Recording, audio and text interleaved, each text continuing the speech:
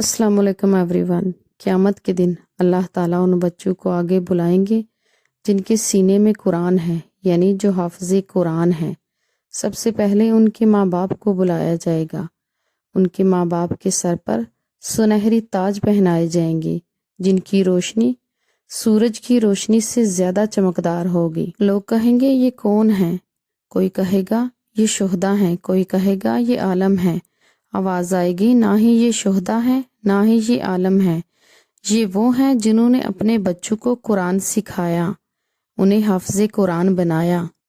جب ماں باپ کو اتنی عزت اور اتنے انعامات سے نوازا جائے گا تو بچوں کا کیا حال ہوگا؟ کہا جاتا ہے کہ ایک کامل حافظ اپنے خاندان کے 40 افراد جن پر جہنم واجب ہو چکی ہوگی اپنے ساتھ جنت میں لے کر جائے گا۔